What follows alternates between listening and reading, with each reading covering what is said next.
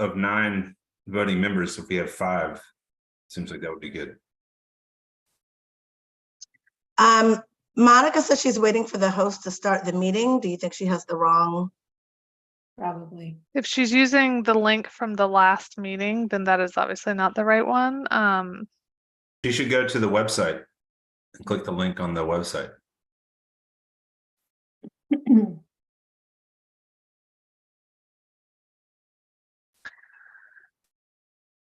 Well, I'm going to go ahead and call this meeting of the Maryland Go team to order at 6:35.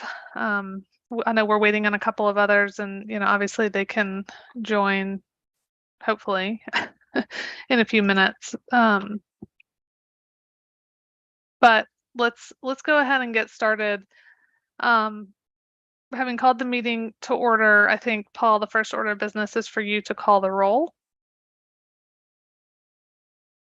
Okay. Sharon Briscoe. Present. We got Christy Perez. Present. Is it Perez or Perez? Perez. Perez. Perez. Thank you. Alice Thompson. Present. Paul Robertson. Ashley Henshaw. So. Monica Waldman. Missy Snyder. Elizabeth Broderick. Present. Scott Thorpe. Present. Welcome. And Welcome. Kelsey Boyajian. So we have 5 of 9 voting members present. And Wow. that is a quorum, correct? Yeah, I believe so, yes. Okay, so moving to the agenda, which has been posted in advance and was sent to you all for this meeting of Monday, October 23rd, starting at 6:30. Can I get a motion to approve that agenda? Motion. Motion to approve. Second. Christy and I are always competing to see who's going to get there first. Yeah, I'd like to move it along, Okay, Second.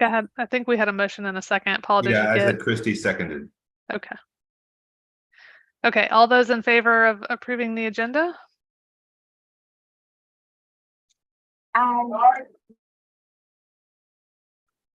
Hi, Ashley, and looks like we have got Monica here. Yeah. Hi, yes, I'm almost home.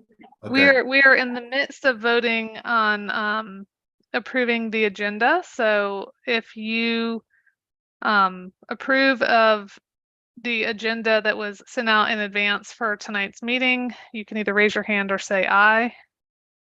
Aye. Aye. Aye. I think that's unanimous. So we have no opposed and the agenda passes. The next item of business is approval of the minutes from our last meeting in September. And I will say that I noticed one thing, and for some reason, give me just a second, because I thought I had this up.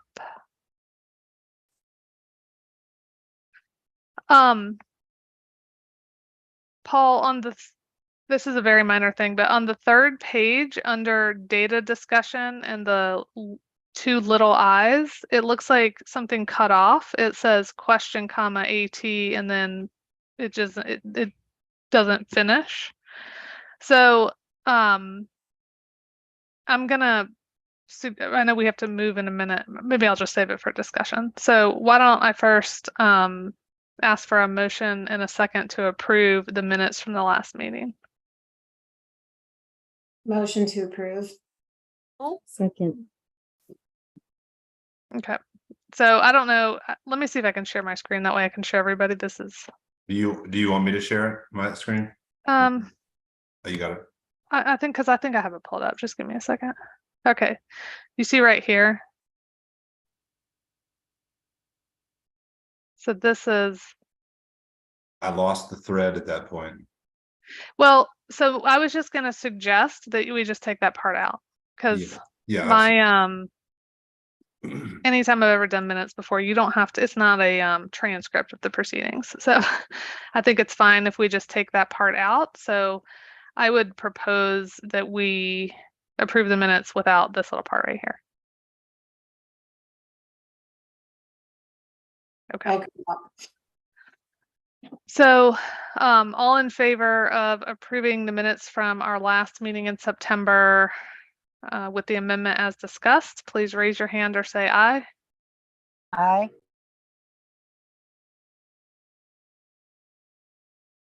Any opposed? All right, that motion passes. So we now move into the public comment period. I actually just minimized my screen. I didn't see anybody come in from the public. So if there is someone from the public who's here and would like to comment, now is your time. I don't think we have anyone. So moving into the discussion items. Let me pull up our presentation. But so I guess to start, this meeting is really I'm not going to put it in presentation mode. I don't think I did last time. It's just easier with all the things going on the screen. And so if you guys can't see or need me to make it bigger, just let me know. But this meeting and our next meeting very much relate to all of the materials that we went over last month in our September meeting, with the ultimate goal that we're trying to get to an approval of the strategic priorities for Mary Lynn for next year, the 24-25 school year, and we have to do that before we close out our meetings for 2023. And since right now the in-person meeting for next November is our last meeting of 2023, what we need to try to do is take the information from our last meeting, the items that we're going to discuss today, and then go into our meeting in November prepared to sort of solidify what it is we're going to vote on and approve for next school year. So the presentation, and I apologize, it was a little bit of a short turnaround for review. October was a crunch month with various school activities and fall break, but we did send out the presentation, and the way that I tried to organize it is to have slides. So here, to review in advance, a lot of these slides, not all of these slides, but a lot of these slides are actually just pulled from the September presentation. So we have actually gone over them before. But these slides sort of have the meat of, what we will need to refer back to in our discussion, and happy to do that. And I think that Ms. Briscoe is gonna, in a minute, maybe just quickly click through, the strategic plan and the continuous improvement plan. But before we do that, I'm gonna skip down to our discussion items because Elizabeth was very kind and spent some time putting together this next slide, which I think is a good starting place for us to talk about what it is we need to do. I know that it can be very confusing to think about the sort of two different but related plans that apply to the strategic direction of Mary Lynn. One is the 3-year strategic plan, which, as you can see here, it's the guiding plan for the next 3 to 5 years. It includes the SMART goals. I'll pull it up again and we can see it. They're visually displayed at the top of the strategic plan. And then they use these key indicators to track, measurable progress against those long-term goals. And then, as you see, the budget is aligned to the strategic plan priorities. And last spring, we as the GO team ranked these 3 priorities that you see on this slide here as the top 3 strategic plan priorities for this school year. The 23-24 school year. So this is the exercise that we're going to be going through, but we're going to be doing it for next school year. And with this 3 to 5 year strategic plan, what Ms. Briscoe does, is she works with a template that APS provides and does a year-by-year continuous improvement plan that is supposed to sort of map to and against the strategic priorities, but you convert those priorities into shorter term 1-year goals. It breaks it down into bite-sized pieces so that you're trying to see, okay, how are we achieving, the long-term goals with these sort of short-term steps year by year by year over the 3 to 5 year strategic plan.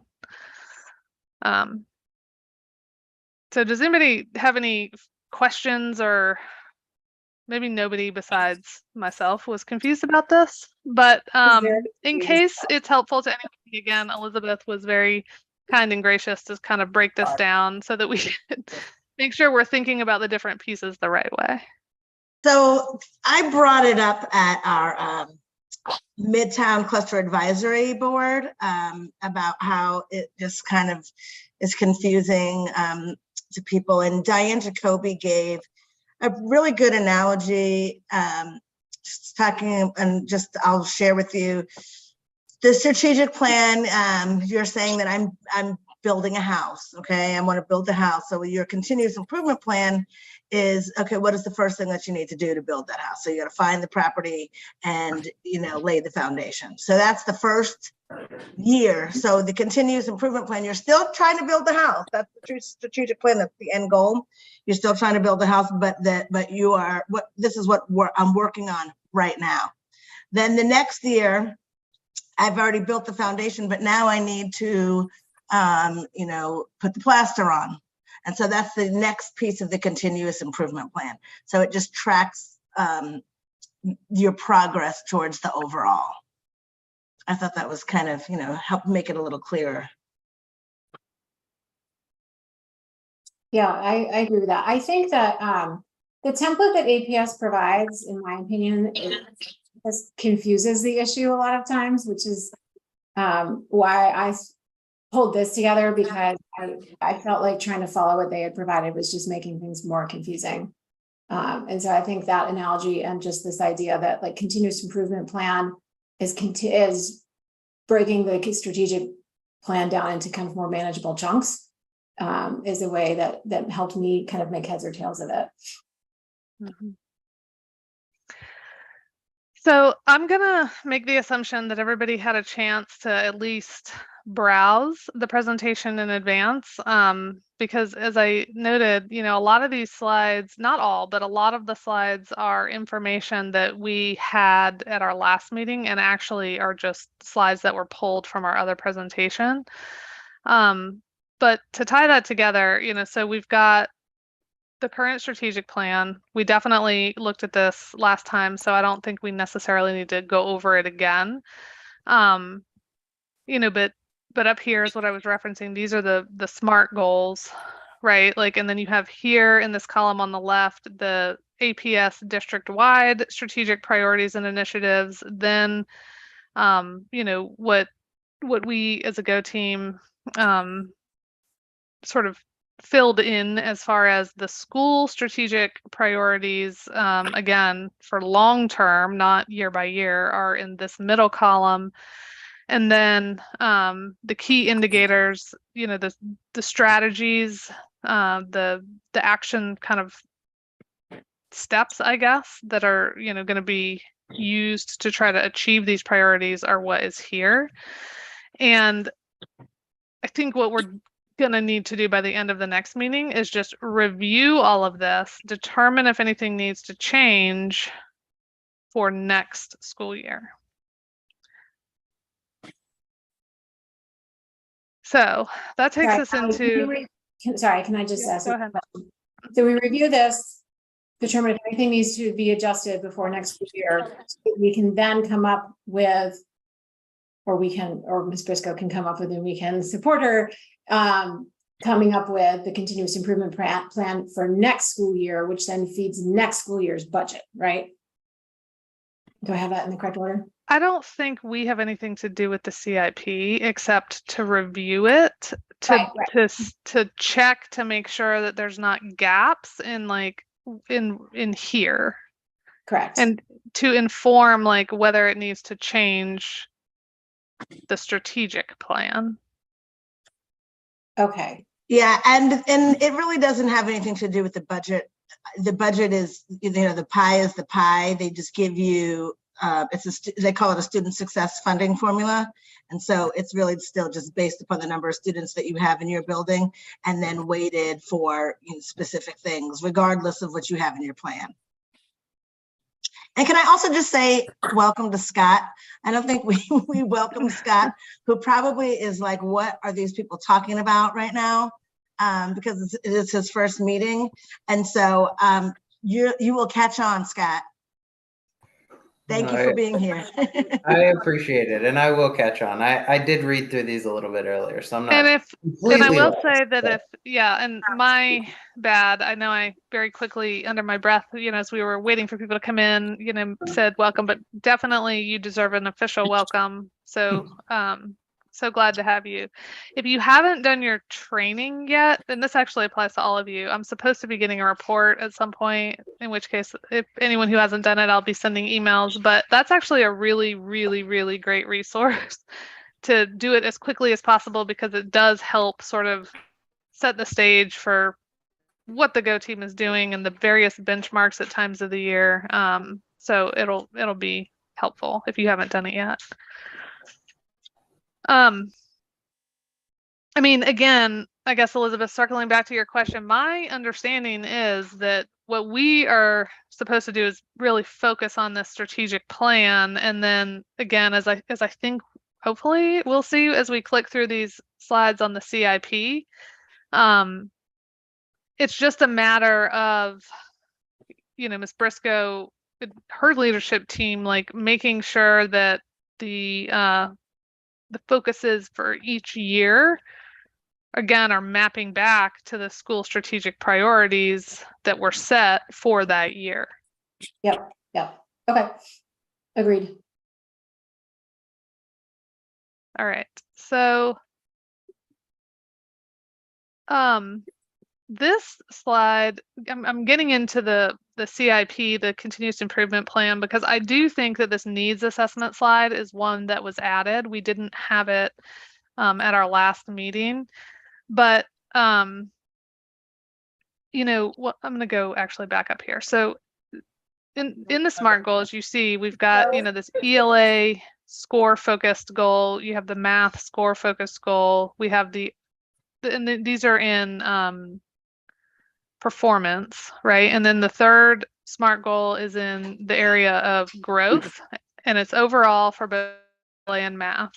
So in sum, these three all relate to increasing scores and improving overall average growth, so that the students are challenged and grow in learning.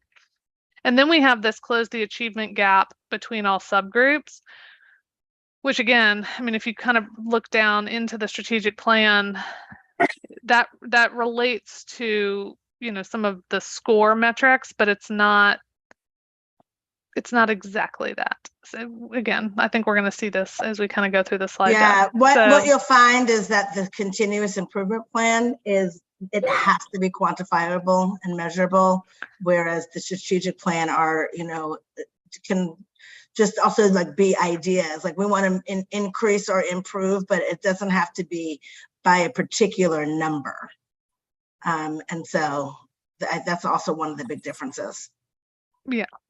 So with the continuous improvement plan, like this slide deck, started with this template for, Ms. Briscoe to do this needs assessment. So it's really just pulling out the information,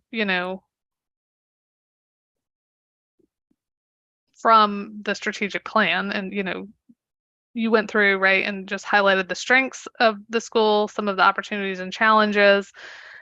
Those tie here, you'll see, to the SMART goals. And then, I mean, really you're talking about sort of the work to be done and where all of the efforts are trying to go to reach the improvement that are part of the goals. The remaining slides we did have in our last meeting. So unless anybody is really dying to do it, and Scott, that includes you. So please speak up. Like if you would like to just quickly tick through here, I'm happy to do it. But if nobody feels the need to do it, I'm also happy to just sort of skip down to the data section.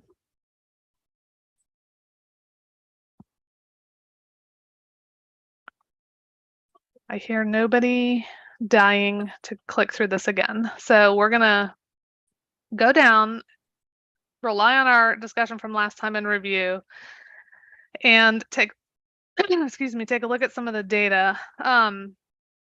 So again, a lot of this, though not all of it, came from our previous presentation. This particular slide, let me go back up. There is a CIP goal that relates to Attendance. increasing attendance. Yeah, you see it here. So there is a school set goal to increase attendance from 95.6% to 96.2%. And so what Ms. Briscoe did here, she just pulled the attendance data. I'm not sure that I have Okay. this exactly right, so I'm going to let you Okay, take over. I'll tell you what it is. So we have a tool called APS Graphs that is prepared by the Data Information Group for Atlanta Public Schools, and they give us a snapshot of what's going on. So this is our year-to-date attendance for this year. So you see where Null, I don't know what that is, but Hillside is a school, ANCS is a school, Maryland is the top. We have the highest attendance so far in the district for regular, for just regular schools, non-charter. The blue dot just means that we did better. We're doing better now than we were this exact time last year, with 96.9% perfect attendance. Does that, Ms. Briscoe, does that include the spring? No, Yes. this is August, September. Okay. And then so then they'll update it and it'll be October. So it's just for this current school year. Yeah. So I mean, again, this is a specific CIP goal that again sort of tracks up and relates to those other things, but isn't part of the specific strategic plan. So, well, the good news is we don't have an attendance problem. We, like I said, for the non-charter schools in the district, we actually won the award for August, and then Brandon won it for September. So we'll see what happens in October. That get people to not go on vacation during the school year. So then as far as us making goals for next school year, would we say we don't have an attendance problem, we're not going to make a goal? Or would we say maintain above 96.5%? I think we could, the Go team does not have an attendance goal. The attendance goal comes from our continuous improvement plan for the district. So the Go team does not have to make a goal about attendance at all. But if that was a priority of the Go team, we could. I don't think attendance is necessarily a priority of the Go team. I think it's assumed that we're going to have relatively good attendance. We historically have good attendance. We just want to make sure that we're, maintaining, I think is a very acceptable goal. I don't know if in the continuous improvement plan, they allow maintaining because it has to be quantifiable. Mm-hmm. So, I mean, I guess if we tick through here, I mean, again, there has been some effort made to try to map, some of the data to some of the goals to try to make it a little more digestible. This is something where, Ms. Briscoe, I don't know if you have the ability to pull this up and show folks or not, but I think what I was thinking would be helpful here. If you look, our SMART goal, says that we're going to have a percentage of students in grades 3 through 5 scoring proficient or above in ELA, and it's going to increase each year through 2025. So, I know in our last meeting we looked at milestone scores. I think that it was actually, do students below grade 3 don't take milestones? That's correct.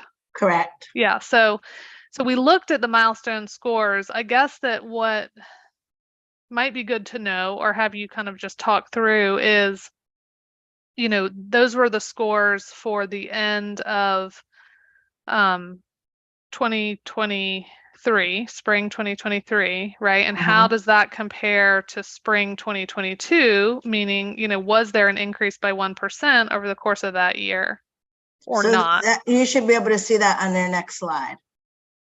Down here. That one. So those are the achievement scores for 3rd through 5th grade right there in ELA on the top and math on the bottom.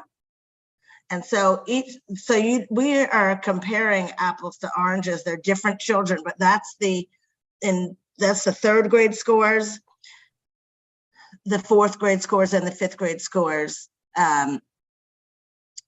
Each bar it's all the grades combined, and that's what the goal is. It's all the grades combined.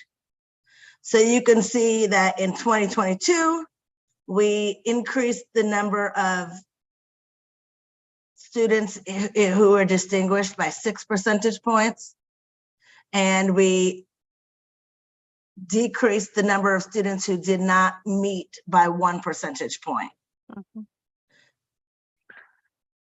So you're looking at the green, you're looking at the dark and the light green. Yep.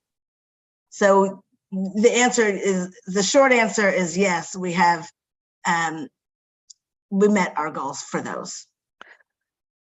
So I think that actually then probably gets back to, I'm going to go back up here, because the way that our current goal is worded, we're saying the percentage of students, and I think that you're right, that when you're talking about comparing year to year, the only way to do that is, and therefore it is probably fairly read that this goal is saying that, in year 1, you have whatever students you have and you're getting whatever scores you have. In year 2, you have whatever students you have and you're getting whatever scores. And the goal was to increase by 1%, each year.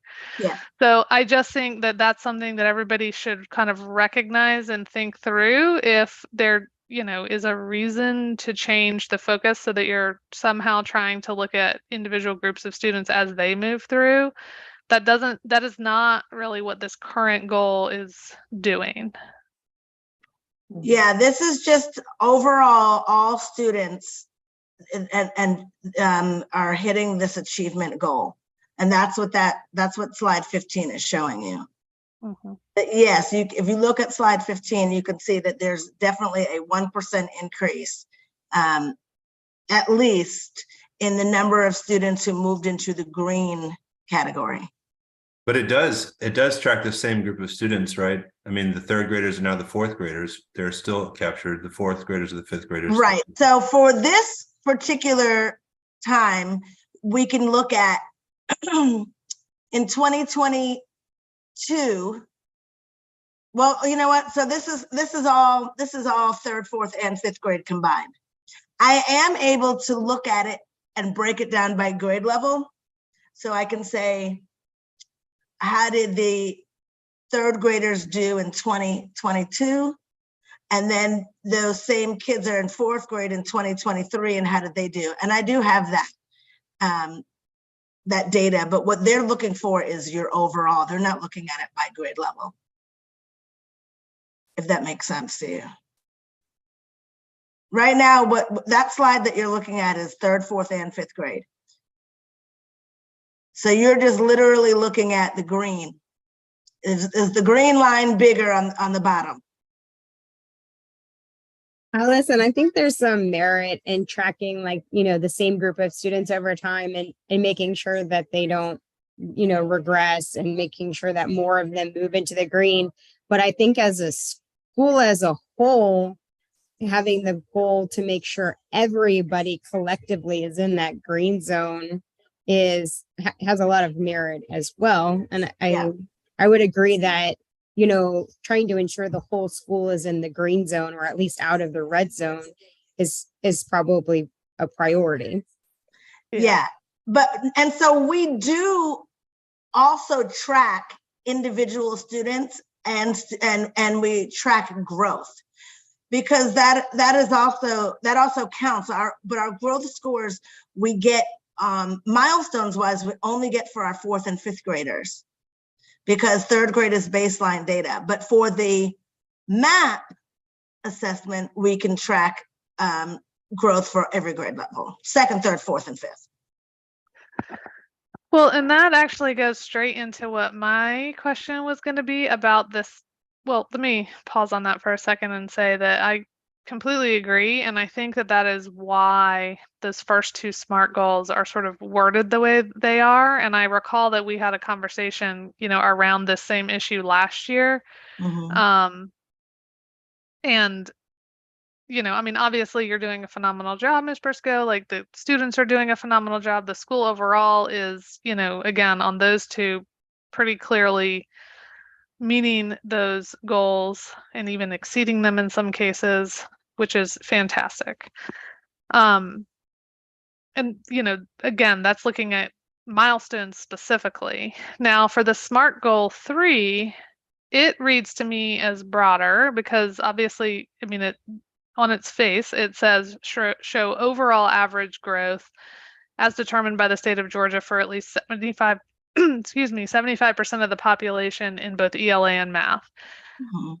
I think it would be helpful. I would find it helpful for you to talk about this a little bit, because it's not worded such that it's specifically tied to milestones, i.e. grades 3 through 5, but instead speaks to the overall population, which I would guess means it has to incorporate some sort of MAP data. And to be frank, I don't even know if kindergartners take MAP tests. They and do. and therefore, like, how do you measure against this goal? So it gives us an individual student score. So when you're doing MAP, what happens is that you take it 3 times a year. So you take it in the fall, August, which we call the fall. And then we look at that same student who takes the test again in like November and see if that individual student made growth.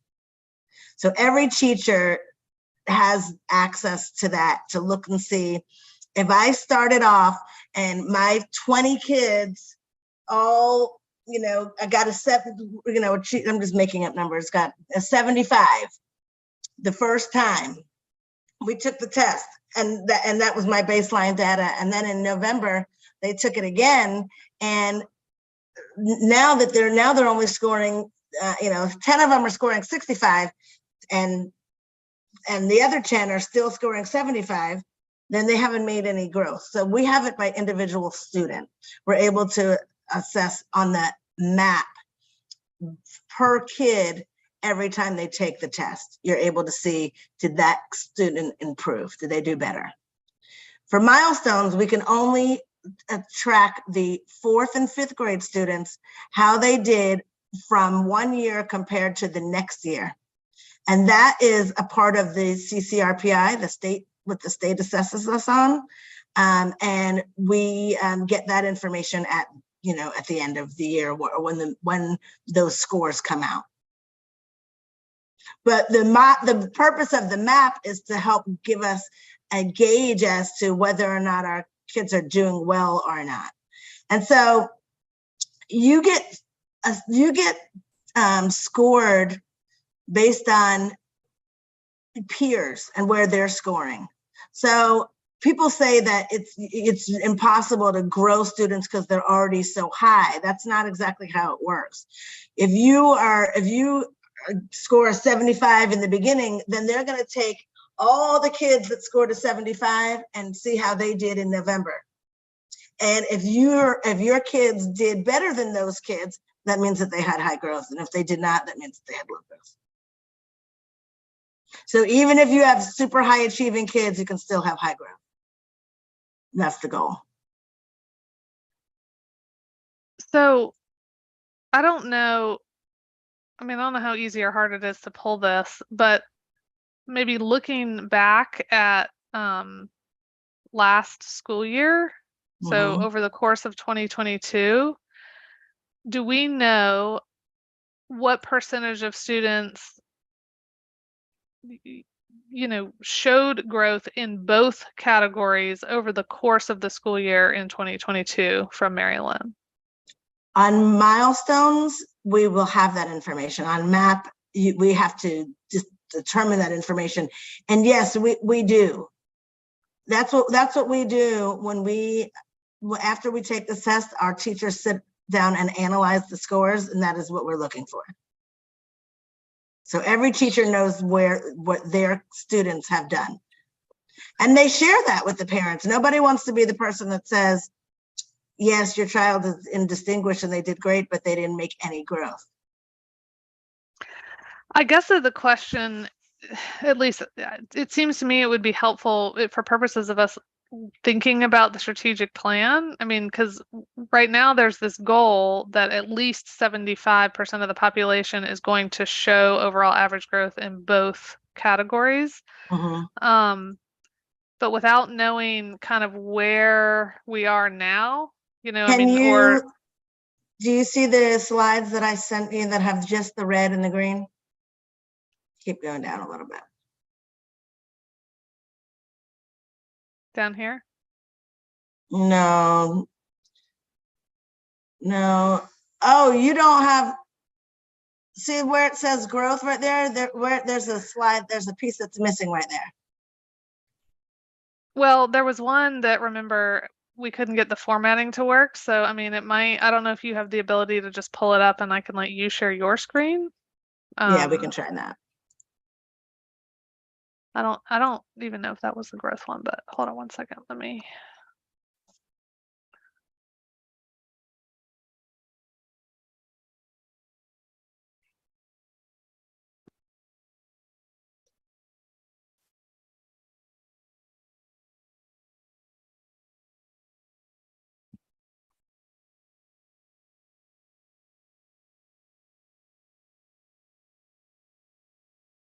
Do I have the ability to share? I think so. So let me let me know if not, and I will try to figure that out. Can you see? I can see. Yep. Okay. So this is ELA 2023. These are all of the schools in the district and where they are. This is high growth, average growth, low growth, typical growth, high growth. Here's Mary Lynn. So we're high achieving, number one in achievement. ELA 1, 2, 3, 4, 5, 6, 7, 8. We're 8th in the district for growth. So right now we have 33 and 48. That's at least typical growth. We have 19% of our students. So we have 81% of our students who have exhibited typical or high growth. I'll show you as you go down. It's not the same, other schools are, struggling in that area in achievement and growth. But here's Mary Lynn right here. Okay, so that's for ELA. And here we are for math. And so really what we want to see as it relates to this particular SMART goal is the change from year to year. So what percent of students had average or above average growth, right? In 2020, I keep getting my years mixed up, 2022 and 2023 or 2023, 2024, right? But that's the progression we're looking at. I think that the goal is just to make sure that we have at least 75% of our students hitting high growth. Okay, I don't think our goal talks about increasing the number of students that have high growth. I think I misread it then, but yes. That's what I think that it says. Let me stop the share. I think you're right. I can, give me a second and I will share again and then you'll see. Although I've tinkered with the slide and I'm gonna before we post it, Paul, so. Yeah, I think Now that you say it, Sharon, it does say 75%. So as long as we're hitting that, then we're, Yeah. So it's Okay. down here, and I guess the other thing I think it's food for thought for next time, for me anyway, is that, you know, it says show overall average growth for at least 75% of the population in Mhm. both ELA and math. And, you know, I just query whether we're talking about the same population of students showing that level of growth in both subjects, or you're talking about 75% of the population, regardless of whether you have one student who shows, you know, growth in ELA but not math, or vice versa. I don't know if this is making any sense, but to me, it actually sort of has the potential to say, if I'm talking about an individual student, that individual student is going to show growth in both topics, which of So that's an course is a, it's an individual goal. So like, for example, I might have one student might exhibit growth in math and not in ELA. One I student know. might exhibit growth one year and not the next year. So it's, So I but again, so I guess we track individual students, but in terms of the, my, I guess, again, food for thought for whether we just want to consider tweaking this is because I do have an understanding that that's how this is being measured. mhm. But again, like, let's just, for hypothetical sake, let's say that the school had 100 students. To me, this has the potential to read that 75 of those students are going to show growth in both topics. Meaning, you know, we're gonna, like, in order to achieve the goal, 75 of our 100 students are gonna grow in both ELA and math. And No, that, and so if we don't mean that, then I, again, just encourage folks to kind of think through whether we need to make that clear in some way. yeah, I interpreted it differently. I interpreted it as within ELA at 75%, within math at 75%. It doesn't have to be the same students.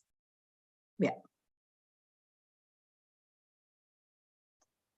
But this is why we have a lawyer as chair, because she can make sure that we get wording absolutely tight, watertight.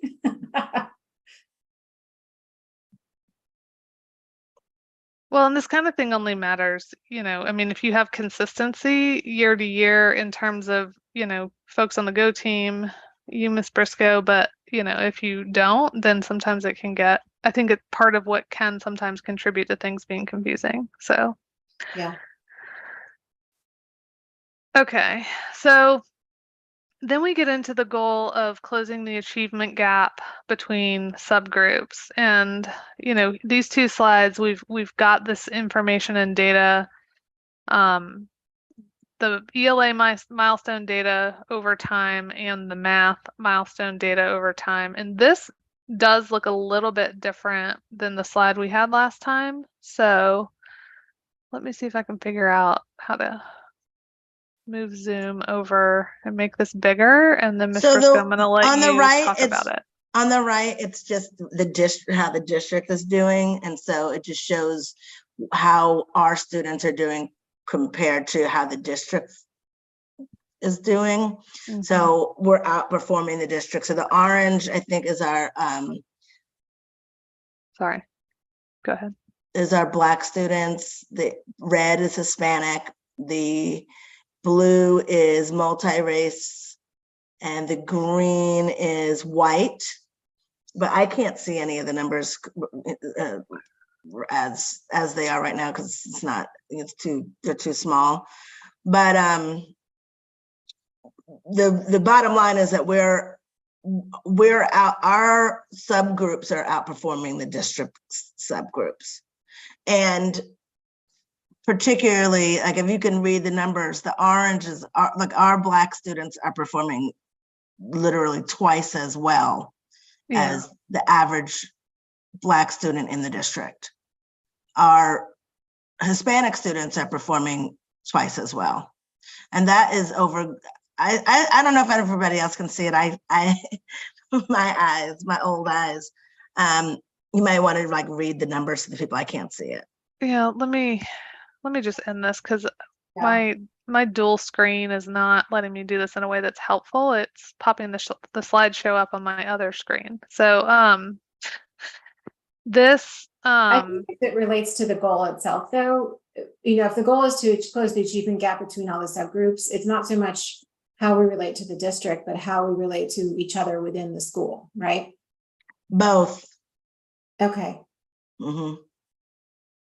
Because I think what we'd really want to be seeing is that even though our Black students are performing well above the rest of the district, how are they performing versus the white students, and is that gap shrinking? Yeah. And it looks like we've made some progress, but not massive amounts. We have. Yeah, this is math. And then What this happens is like the gap is not widening. However, everybody's moving forward at the same time. So our Black students are performing well, but better, but all of our other subgroups are also performing better. So that's not necessarily, we need to work on both closing the gap and continuing a forward trajectory. So I don't know the if that makes question, sense. Mhm. it does. And I think it's I think it's great, right? Like it's the old saying that a rising tide raises all ships, right? And Mhm. that makes sense. But again, I guess piggybacking on what Elizabeth was saying, if the goal is to actually close the gap, Mhm. to me, it does sort of beg the question, what, if anything, can be done very specifically for the more lower performing groups to try to get them like extra to, so that while everybody is improving and we're also addressing all of the other goals, how do you get those subgroups to make greater gains faster? Yeah, so that is what we do in our leadership team. We're targeting specific students. A, you have to know who they are, and then B, we are doing, there's all manner of things that we do as a school that are not going to be in the strategic plan per se, but they would be in the continuous improvement plan. So when we talk, one of those things is going to be the enrichment and the intervention time that we have in the beginning of the school year that's built into the schedule. That's time for differentiated instruction. So it's things like that. Mm-hmm. Ms. Briscoe, do you think that the wording as it is still good for that SMART goal number 3 about closing the gap? Yeah, I think I mean that that's what we're trying to do. So I don't have a problem with the wording, unless you all think it's misleading, No, I don't think it's misleading. I think if you want it to be in comparison with the district and within our own institution, then maybe we need to add that language, because to me, right now, it's only within our own institution. Okay. And I guess too, for me, at least thinking through this, I think you had mentioned in our last meeting that the subgroups, the composition of the subgroups, and even whether or not a subgroup qualified at Maryland has changed as a result of the redistricting. Yeah. So I'm wondering if you can sort of help us have a frame for understanding like the subgroups that exist. So this data can be broken down by grade level, but this is third, fourth, and fifth grade. You have to have 10 students in a grade level to make a subgroup. And so you have to, 10 Black students in third, 10 in fourth, and 10 in fifth. So that gives us 30, right? I'm just making up numbers, but that's so. We have a shrinking diversity at our school. So we may have 24 Black students in a grade level, 8, 8, and 8. So we wouldn't be able to see their individual data, their subgroup data by grade level, but we'll be able to see it all together. That's all. That's what I was explaining to you. Are there any subgroups that we used to be able to see that we don't anymore? Not when you break it out 3rd, 4th, and 5th grade. Okay. So there's like the Asian category, Asian Pacific Islanders not here, but if you broke it out, then it would be there. Is it not on that slide period? Well, It's not Not on, for our group, not for our not for schools, Lynn. no. Yeah, so yeah, that means we don't have a subgroup. Okay. And this is based on, like, at what point is a student like categorized? When their parents at register, when their enrollment? parents register them, whatever they put on their paper is what they are. Yeah, that's what I would have assumed.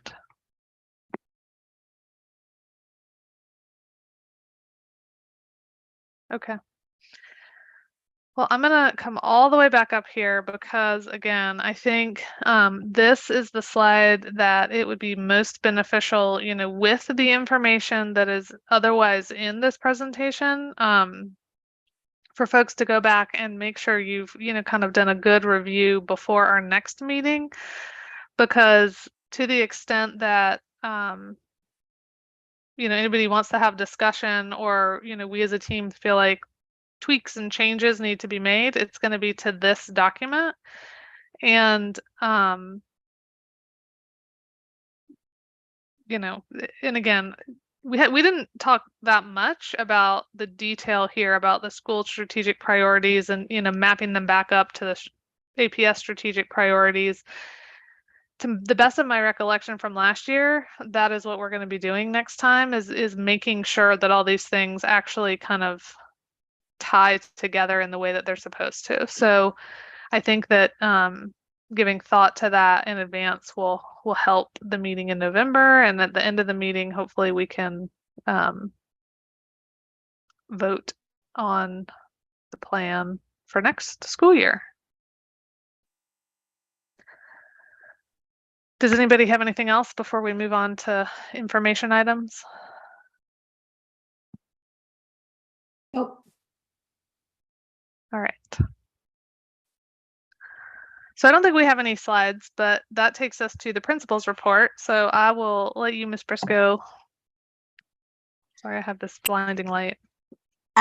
So I don't have, I'm constantly talking about what's going on at Mary Lynn. I don't have anything specific to report about our data or our growth, except for that, and as everybody already knows, that we did win the, we were awarded from the state superintendent a banner to acknowledge our 3rd grade literacy scores. It's a literacy award. They have it, they just created this award, and they're for students, they're for schools who have high achievement, 90% or more in 3rd grade, and then also for growth, and that's like a 15% gain. So they'll be doing that every year now. So now that we have one ribbon on our banner, we're going to want to, continue and get a ribbon every year. And so that's for targeted grades. And then I also shared earlier that we did win the award for our staff student attendance in August. And so that's also something that's great. But we're moving along. The students are being assessed on the BASC. We just actually completed that. That is the social emotional screener that we give. And so those results are in, and our whole child intervention team is reviewing those and meeting on specific students who were flagged for elevation. In addition to that, our child protection units are starting next week, and as well as we're about to hit Red Ribbon Week, which is going to culminate in a book character parade for the kindergarten students, and everybody gets to watch them, and that's always sweet. Lots of things going on. Foundation meets monthly, as does PTA. We have just gotten approved for work on our habitat. That the foundation, it's one of the big projects that they're going to be working on this year, and we just got district approval for that. And now we're waiting district approval to start working on our auditorium, which is another big project, but Foundation's not doing that one. PTA is doing that one. So lots of things happening at Maryland, but nothing, I don't think that anything that would be a surprise to anybody. But I'll take any questions.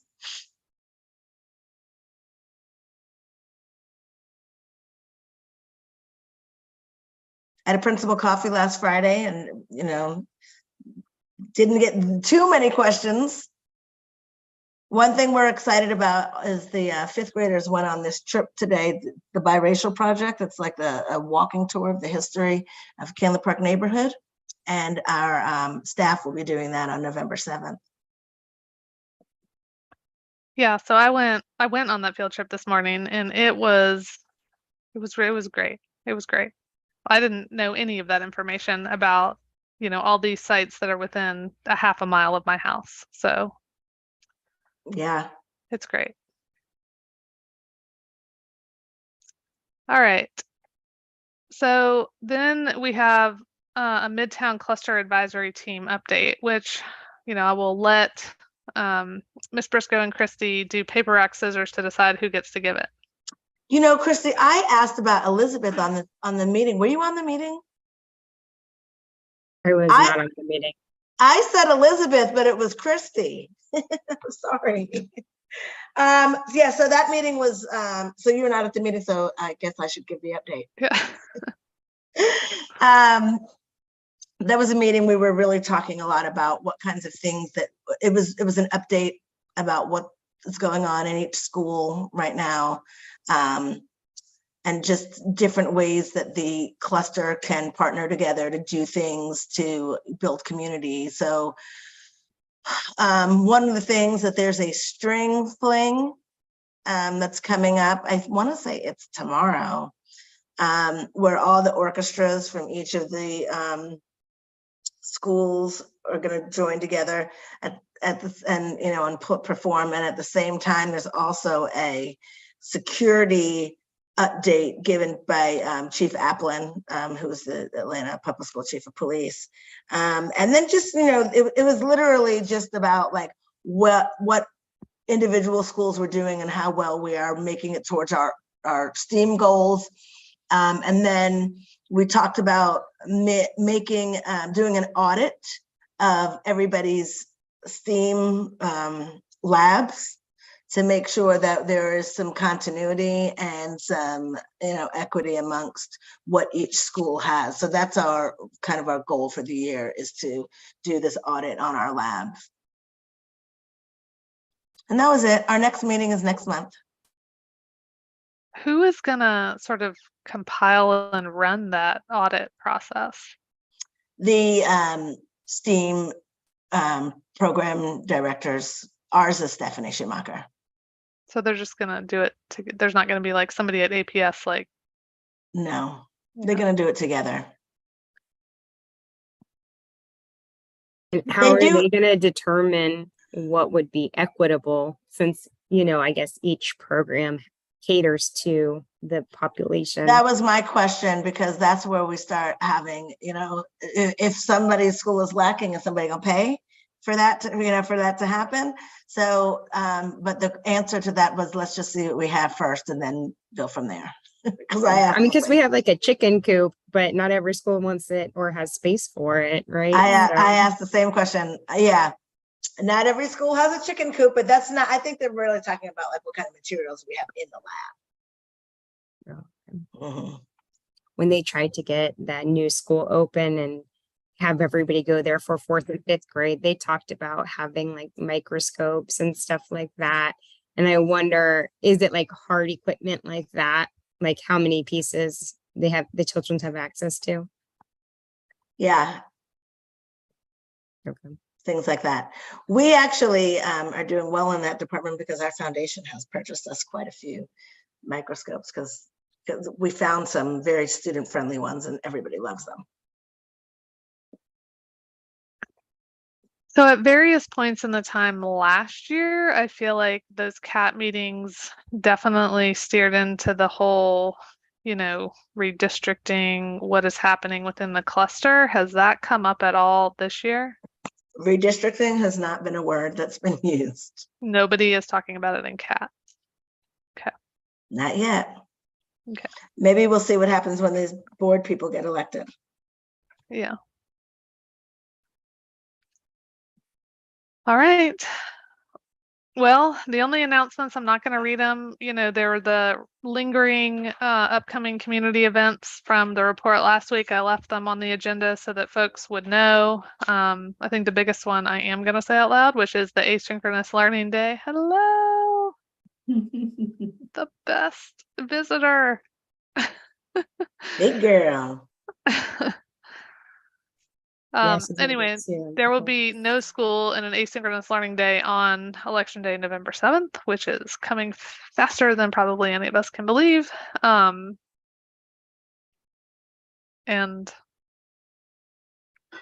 everyone should go vote. And everyone should go vote. And we will not be sending home computers and things like that. We're going to send home a STEAM-based project for everyone to do. Oh, good. That we're kind of excited about doing something a little bit different. All right.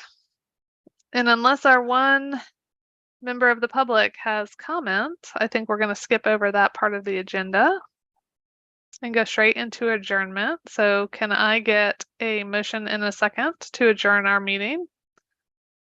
Motion to adjourn. Second. All in favor, raise your hand or say aye. All opposed? All right, the motion passes and we are adjourned at 7:36 p.m. Thank you.